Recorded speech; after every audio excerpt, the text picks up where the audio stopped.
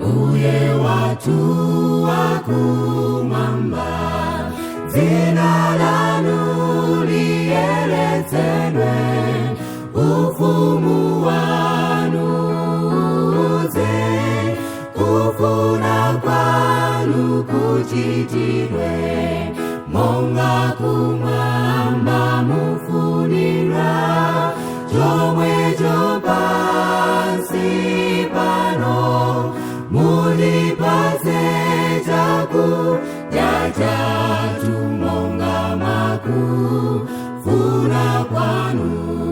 Mbuye watu wakumwamba, mutikhululukire ife, monga tawakhululukira onse amanga wathu, monga kumwamba mufunira, chomwecho pansi pano, mulipatse chakudya chathu monga mwakufuna kwanu.